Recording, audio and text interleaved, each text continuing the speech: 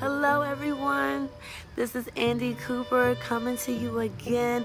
This is the next, I want to say, episode of our weekly updates concerning the next ingredient of my new and upcoming book called The Trap, The Truth Revealed, that will be released on Tuesday, December 5th.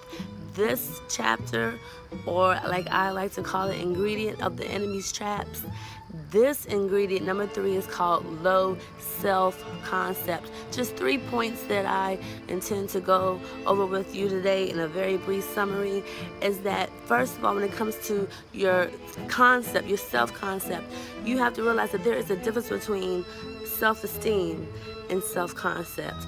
Your self-concept is made up of many variables, and one of those things is your self-esteem. Your self-esteem is the foundational block for your self-concept.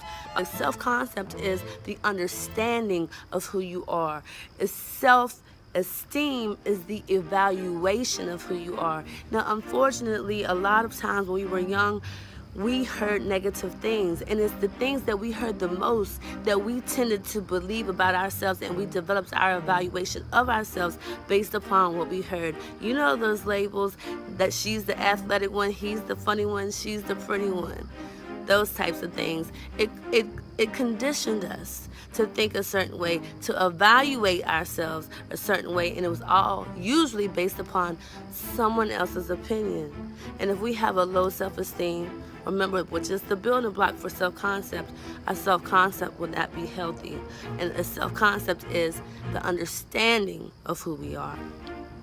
Then when it comes to self-concept, the understanding of who you are, you have to realize that now as an adult, now that you're in charge of yourself, now that you can make changes to have a brighter and better future, you have to realize that you have to be renewed in your mind, as is stated in the guidance of Romans chapter 12, verse 2 in the Holy Bible. It says that we need to be renewed in our mind. We have to be washed and cleansed from all of those negative thoughts that people try to place on us.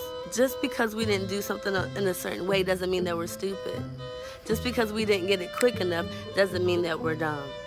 Just because we didn't make the grades that our siblings made doesn't mean that we're inadequate.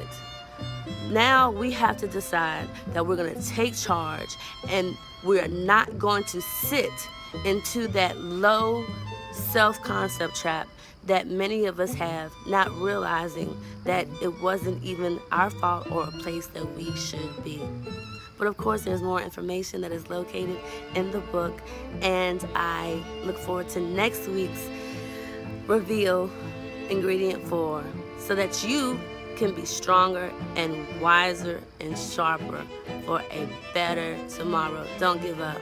This is just the beginning.